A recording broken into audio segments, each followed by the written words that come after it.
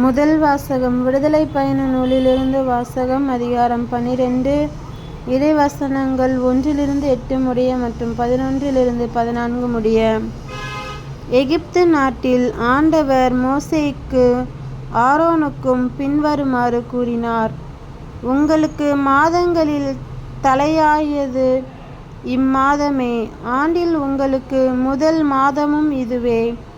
Israel மக்கள் கூட்டமைப்பு முழுவதற்கும் நீங்கள் அறிவியுங்கள்.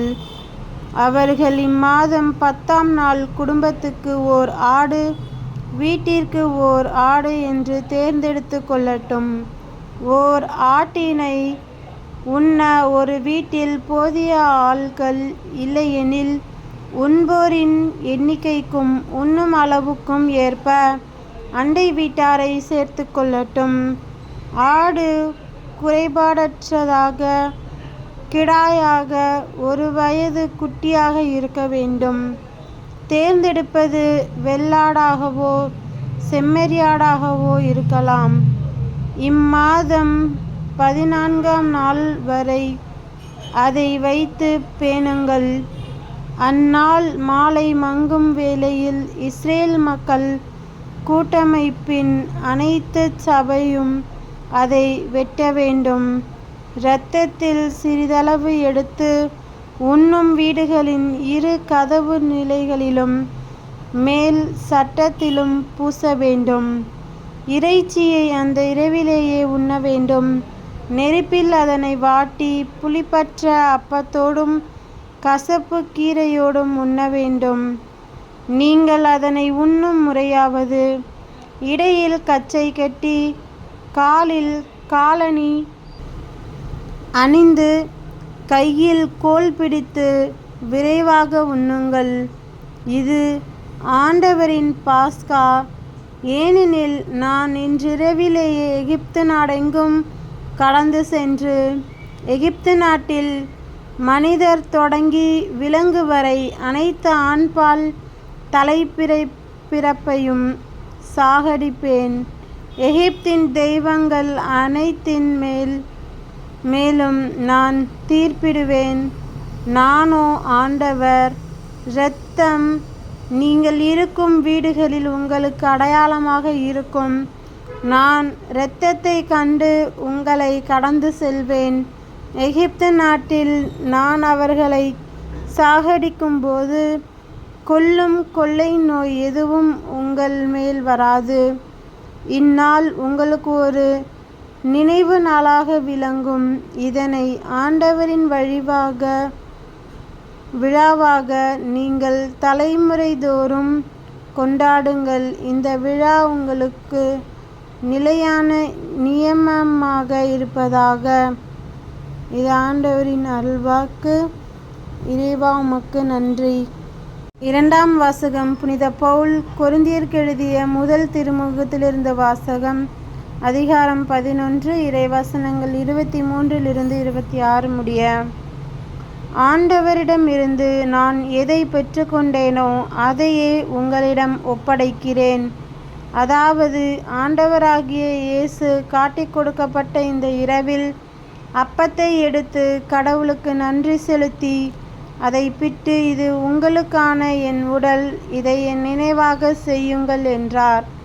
அப்படியே உணவு அருந்திய பின் கிண்ணத்தையும் எடுத்து, இந்த கிண்ணம் என் இரத்தத்தால் நிலைப்படுத்தப்படும் புதிய உடன்படிக்கை. நீங்கள் இதிலிருந்து பருகும் போதெல்லாம் என் நினைவாக இவ்வாறு செய்யுங்கள் என்றார். ஆதலால் நீங்கள் இந்த அப்பத்தை உண்டு கிண்ணத்தில் பருகும் போதெல்லாம் ஆண்டவருடைய சாவை அவர் வரும் வரை அறிவிக்கிறீர்கள். இது ஆண்டவர் வழங்கும் அருள்வாக்கு. இறைவா, உமக்கு நன்றி. நற்செய்தி வாசகம். புனித யோவான் எழுதிய நற்செய்தியிலிருந்து வாசகம். அதிகாரம் 13. இறைவசனங்கள் 1-15 முடிய. பாஸ்கா விழா தொடங்கவிருந்தது. தாம் இவ்வுலகத்தை விட்டு தந்தையிடம் செல்வதற்கான நேரம் வந்துவிட்டது என்பதை இயேசு அறிந்திருந்தார். உலகில் வாழ்ந்த தமக்குரியோர் மேல் அன்பு கொண்டிருந்த அவர் அவர்கள் மேல் இறுதி வரையும் அன்பு செலுத்தினார். இயேசுவை காட்டிக் கொடுக்கும் எண்ணத்தை அழகை சீமோனின் மகனாகிய யூதாசு இஸ்காரியத்தின் உள்ளத்தில் எழச் செய்திருந்தது. இரவு உணவு வேளையில் தந்தை அனைத்தையும் தம் கையில் ஒப்படைத்துள்ளார் என்பதையும் தாம் கடவுளிடமிருந்து வந்தது போல் அவரிடமே திரும்பிச் செல்ல வேண்டும் என்பதையும் அறிந்தவராய் இயேசு பந்தியிலிருந்து எழுந்து தம் மேலுடையை கழற்றி வைத்துவிட்டு ஒரு துண்டை எடுத்து இடுப்பில் கட்டிக்கொண்டார். பின்னர் ஒரு குவளையில் தண்ணீர் எடுத்து சீடர்களுடைய காலடிகளை கழுவி இடுப்பில் கட்டியிருந்த துண்டால் துடைக்கத் தொடங்கினார். சீமோன் பேதுருவிடம் இயேசு வந்தபோது அவர், ஆண்டவரே, நீரோ என் காலடிகளை கழுவப் போகிறீர் என்று கேட்டார். இயேசு மறுமொழியாக, நான் செய்வது இன்னதென்று இப்போது உனக்கு புரியாது, பின்னரே புரிந்து கொள்வாய் என்றார். பேதுரு அவரிடம், நீர் என் காலடிகளை கழுவ விட மாட்டேன் என்றார்.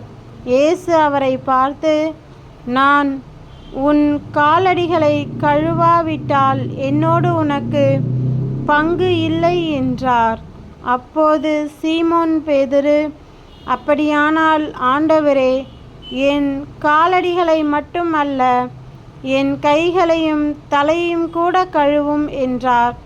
இயேசு அவரிடம், குளித்துவிட்டவர் தம் காலடிகளை மட்டும் கழுவினால் போதும், அவர் தூய்மையாகி விடுவார். நீங்களும் தூய்மையாயிருக்கிறீர்கள், ஆனாலும் அனைவரும் தூய்மையாயில்லை என்றார். தம்மை காட்டிக் கொடுப்பவன் எவன் என்று அவருக்கு ஏற்கனவே தெரிந்திருந்தது. எனவேதான் உங்களுள் அனைவரும் தூய்மையாயில்லை என்றார். அவர்களுடைய காலடிகளை கழுவிய பின் இயேசு தம் மேலுடையை அணிந்து கொண்டு மீண்டும் பந்தியில் அமர்ந்து அவர்களிடம் கூறியது, நான் உங்களுக்கு செய்தது என்னவென்று உங்களுக்கு புரிந்ததா? நீங்கள் என்னை போதகர் என்றும் ஆண்டவர் என்றும் அழைக்கிறீர்கள். நீங்கள் அவ்வாறு கூப்பிடுவது முறையே. நான் போதகர்தான், ஆண்டவர்தான். ஆகவே ஆண்டவரும் போதகருமான நான் உங்கள் காலடிகளை கழுவினேன் என்றால், நீங்களும் ஒருவர் மற்றவருடைய காலடிகளை கழுவ கடமைப்பட்டிருக்கிறீர்கள். நான் செய்தது போல நீங்களும் செய்யுமாறு நான் உங்களுக்கு முன்மாதிரி காட்டினேன். இது கிறிஸ்துவின் நற்செய்தி. கிறிஸ்துவே உமக்கு புகழ்.